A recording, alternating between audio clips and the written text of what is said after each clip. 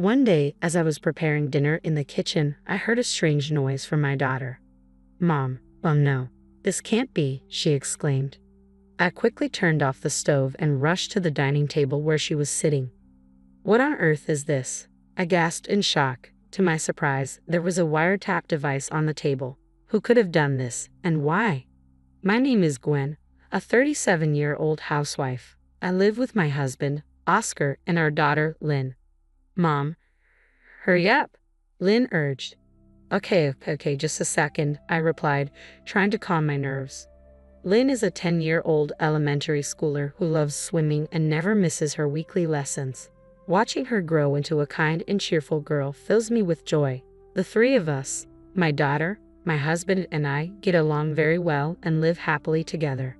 But life isn't without its challenges. Our main problem isn't with each other, but with my husband's mother, my mother-in-law.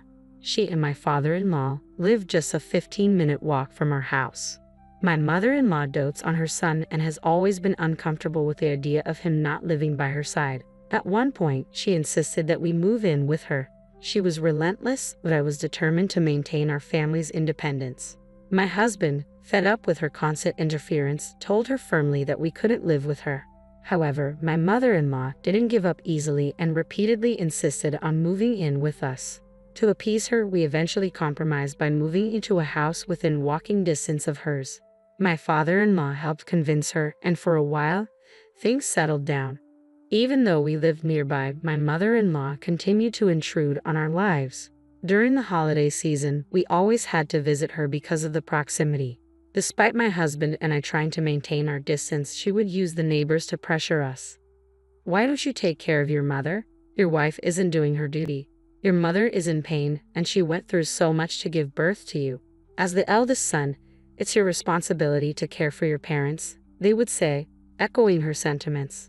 Each time, we ended up having to go to her house to keep the peace. I wished she would be as kind to me as she was to her son, but she saw me as an enemy. Every time I saw her, she would pick on me. "When you're feeding Oscar such terrible food, I can't believe it. I feel sorry for him. I wish I could cook for him every day," she would sneer. "Mom, how can you say such things? Stop it." My husband would always defend me, but her persistence never waned. "How can it be that you've been married for 2 years and still haven't had a baby, Gwen? I think you might be infertile," she once said, shocking me with her cruelty. Even my husband was furious. "Mom, enough. We're not in a rush. Besides, having a child is a blessing, not something you can force. Don't assume Gwen is infertile based on your feelings. It could just as easily be me," he retorted, with my father-in-law backing him up. "Oscar's right. You can't predict when you'll be blessed with a child. Don't look down on Gwen just because you had a baby early," my father-in-law added. My mother-in-law finally calmed down after their intervention, but the peace was short-lived. Soon enough, she resumed her bullying. When our daughter was finally born, my father-in-law was overjoyed to welcome his first granddaughter. I hoped that having a grandchild would soften my mother-in-law's attitude, but her reaction was far from what I expected. "What? It's not a boy? Are you kidding me? It's your duty to give birth to a boy since you married the eldest son," she complained, completely disregarding the joy of the occasion. After all the pressure she had put on us to have a child, she now had the audacity to complain because our baby wasn't a boy. My husband and father-in-law were equally appalled by her behavior. It became clear that she simply disliked everything about me. As our daughter grew, my mother-in-law showed little affection for her, and Lynn, even as a child, sensed that her grandmother didn't like her. As a result, she became attached only to her grandfather. Seeing this, my mother-in-law's anger grew, and she began to treat both my daughter and me even worse. Despite Lynn being her son's child, my mother-in-law criticized her character, saying, "Even though she's Oscar's daughter, she's not of good character." The situation was heartbreaking, and I wondered how much longer we could endure her relentless negativity. I wondered if she was insinuating that Lynn only inherited my worst traits, or worse, that Lynn wasn't even Oscar's child. That was the final straw. "Please don't make such accusations," I snapped at my mother-in-law. "Lynn is Oscar's and mine. What kind of nerve do you have to say something like that?" "Oh, you're getting upset like that because you're hiding something, aren't you?" she sneered, as if enjoying my anger. "Stop it," I shouted. "You've gone too far. We're leaving." My father-in-law was out shopping, and Oscar was in the other room on a work call. I quickly got Lynn ready, put on her shoes, and headed to the door. When Oscar noticed us leaving, he came over, surprised. "What's going on? What's the matter?" "I'm sick and tired of your mother's horrible attitude," I replied, my voice shaking with frustration. "Did Mom say something again?" She started questioning if Lynn is really yours. "What?" She said. "What?" His face turned red with anger, and he called out to his mother. "Mom, are you serious? How can you say such a thing?" But she didn't even flinch. I just said what I thought. "Oscar and Lynn don't look alike." "Are you kidding me? We're leaving and we're never coming back." Oscar grabbed his things, put on his shoes, and we left the house, heading home in silence. "That was ugly," he finally said as we got inside. "How insane is she? Does she have any morals at all?" I sighed. "Lynn's just entering a sensitive age. It's terrible that your mother would say such disgusting things, planting negative thoughts in her head." A little later, my father-in-law called Oscar, asking why we left. When Oscar explained what happened, his father was appalled and promised to give my mother-in-law a stern talking to. But despite their anger, my mother-in-law never stopped bullying me.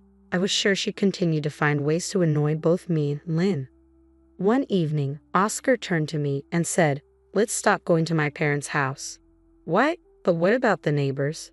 They'll start saying things again, telling us to be good to your mother." "Then ignore them. The neighbors are just strangers. We don't need to care about their opinions." He was right, and I felt reassured. My mother-in-law might be good at manipulating the neighbors, but as Oscar said, we just needed to ignore them. We used to feel guilty every time one of the neighbors criticized us, but now I didn't care what the outside world thought. We were united as a family, and that was all that mattered. After that, we stopped visiting my in-laws. My mother-in-law tried contacting Oscar, asking why we hadn't come over, but we stood firm. We were done letting her control our lives. I couldn't fathom how she even managed to contact him like that in the first place. Did she not realize she was the cause of all this?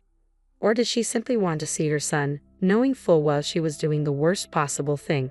Regardless, we were resolute. We would never go to my in-laws' house again, and we certainly wouldn't allow my mother-in-law to come to ours. As we started living like this, the neighbors began to meddle, offering their unsolicited opinions. But I didn't pay them any attention anymore. I would politely thank them for their concern and pretend to listen, but inside, I was completely indifferent. Thanks to this newfound distance, we were finally able to live peacefully for a while. My daughter no longer had to see her mean grandmother, and she seemed happier every day. I found myself wishing we had cut ties with my mother-in-law much sooner. By the way, my father-in-law never did anything wrong, so we still met him for dinner occasionally without my mother-in-law's knowledge. My daughter adored her grandfather and loved these dinners with him. We were enjoying our lives and spending happy days together. But then something unexpected happened. One day, as I was preparing dinner in the kitchen, I suddenly heard my daughter make a startled noise. I wondered what she was up to, but I was in the middle of cooking and couldn't step away. I decided I'd ask her about it later. "Mom, I can't get it off," she called out, sounding surprised. "What's going on, honey? Come see this. Hurry. I'm putting the pot on the stove. Just give me a moment." "Please, just come," she insisted. Sensing her urgency, I turned off the stove and hurried over to the dining table. What is this?" To my shock, there was a wiretap sitting right there. "Who did this, and why?" I whispered. "Mom, this can't be happening." My daughter was starting to panic. Quickly, I covered her mouth and typed a message on my phone. "Don't say anything. We don't know who might be listening." She nodded silently, understating the gravity of the situation. There might be other wiretaps in the house, and we had to be careful. I stepped outside and called the police.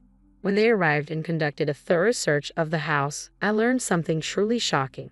They found one wiretap under the dining room table, another in our bedroom, and yet another in my daughter's room. We were horrified. We had no idea how long this had been going on, but someone had been eavesdropping on our private conversations at home.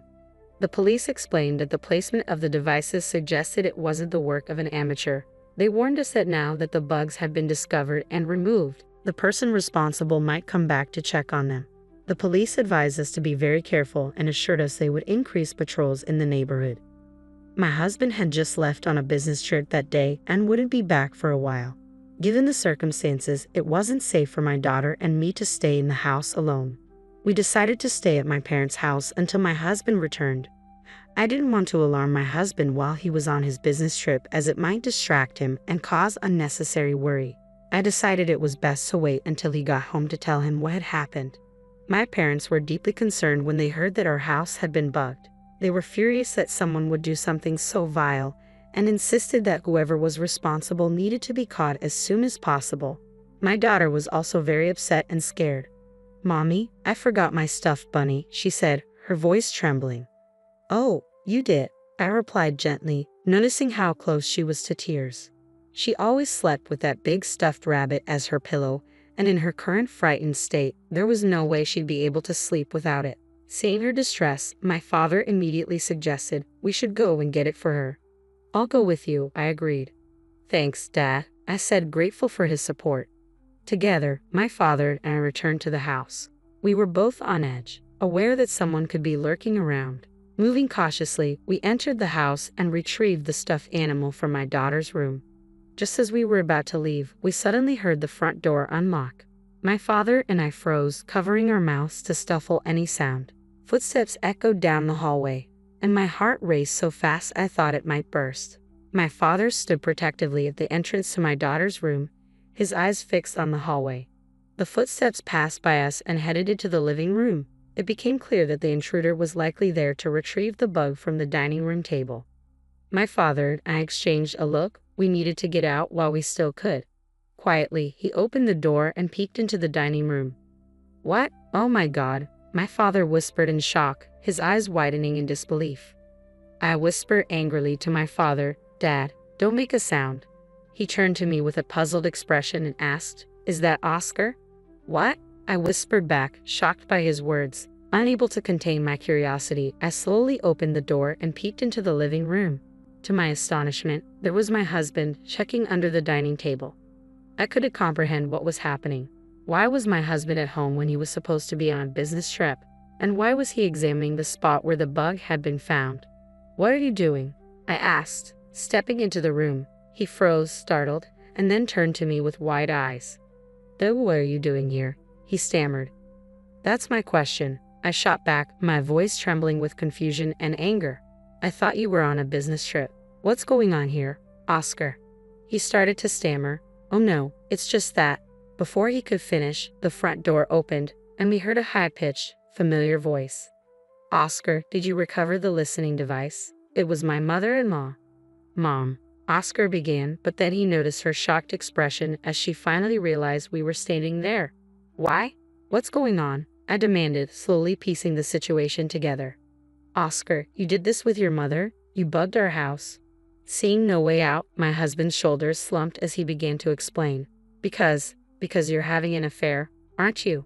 "What?" I was utterly baffled. "What are you talking about?" "The neighbors. They said they saw you with some guy walking around, letting him into our house during the day, and even going into a restaurant together." I stared at him in disbelief. "What are you saying? I have no idea what you're talking about." "I kept getting reports of your supposed affair from different people, and I started to think you were being unfaithful," he admitted, his voice cracking. "Mom even said that Lynn and I don't look alike, so I talked to her about it. She convinced me to bug the house to get evidence of the affair. So I did it, and when the wiretap suddenly stopped transmitting on the day I said I was going on a business trip, I thought something was wrong, so I rushed back to check on it." My mind reeled as his words sunk in. I felt like I'd been punched in the gut. "Unbelievable," I muttered, feeling a surge of anger. "You did all of this because you believed baseless rumors? You let your mother manipulate you into thinking I was cheating on you? But when you keep hearing something like that, you start to believe it, don't you?" He tried to justify. "Don't be ridiculous," I snapped. "Do you really think I would do such a thing? If you can't trust me, why did you just hire a private detective or something? And if you doubt that Lynn is your daughter, why not just do a DNA test instead of this insane behavior?" Oscar's face crumpled as he realized the gravity of his mistake. "I'm sorry. I was wrong. I did terrible things to you. Please forgive me." But it was too late. I shook my head, tears of frustration welling up in my eyes. "It's too late to apologize. I can't do this anymore. Let's get a divorce." "No, please," he begged, desperation in his voice. "I was wrong. We're a family, right? Let's stay together as a family." "That's enough," I said coldly. I'm so disappointed in you. I can't stay married to someone who so easily believes rumors. Just then, my mother-in-law interjected with a spiteful tone. Oscar, aren't you glad you're getting rid of this woman? I'm sure she's having an affair, even if she's hiding it. You should get rid of this woman and her daughter once and for all and find someone new, my mother-in-law spat out, even in the middle of such a tense situation. Before I could respond, my father stepped in, shielding me. Why would the neighbors lie like that? Did someone make them say it? What do you think? He stared intently at my mother-in-law. She flinched but quickly retorted, I don't know. Why should I know? My father didn't back down. If this is all based on lies, then it's a serious issue. My daughter could sue the neighbors for slander. That's right, he continued. Because of the neighbors' rumors, Gwen and Oscar's marriage is falling apart. Should we start telling them now that we're going to sue? My mother-in-law instantly panicked. That's too much. They were probably just joking. My father pressed on. A joke? That's even worse. They should be held accountable. Why not? You can't do that, she protested, her voice shaky. Why not? My daughter is being falsely accused of infidelity. People who spread lies like that should be punished, my father declared. He then turned to me. Gwen, let's go. I nodded, slipping on my shoes and heading for the door. But just as we were about to leave, my mother-in-law broke down, tears streaming down her face. It's me. I told her neighbors to give Oscar false information. I stopped in my tracks, shocked. I took off my shoes and turned back to face her. Is that true? She nodded, still on her knees. Yes. I thought that if Oscar divorced you for having an affair, he'd come back to live with me. Oscar's eyes widened in disbelief, and then his face twisted in anger. Mom, you've got to be kidding me. What were you thinking? Don't you feel ashamed? He turned to me. Gwen, I had nothing to do with this. It's all her. But I met his gaze coldly. No, Oscar, you're the one who bugged our house. I don't trust you anymore. Lynn and I are done with you. I'm divorcing you. With that, I left the house with my father, leaving both my husband and mother-in-law slumped on the floor, their faces pale with shock. Later, I went straight to my lawyer to begin divorce proceedings. I also confronted the neighbors, offering them a deal. In exchange for not suing them, they had to tell me every detail of what my mother-in-law had asked them to do. They confessed everything, confirming that she had orchestrated the entire scheme. As a result, the court accepted my claim, and I was awarded alimony and child support. My mother-in-law's actions even led to her own downfall. Her husband divorced her and kicked her out of the house. She tried to cling to Oscar, but he wanted nothing to do with her after realizing she had caused our divorce. Now, she's living alone in a small apartment, working part-time to make ends meet. As for me, I got a new job and started working full-time. My parents helped me take care of Lynn, who has moved on from her father and is putting all her energy into swimming, something she's loved for a long time. I'm determined to work hard and build a good life for her, focusing on what matters most, her happiness and well-being.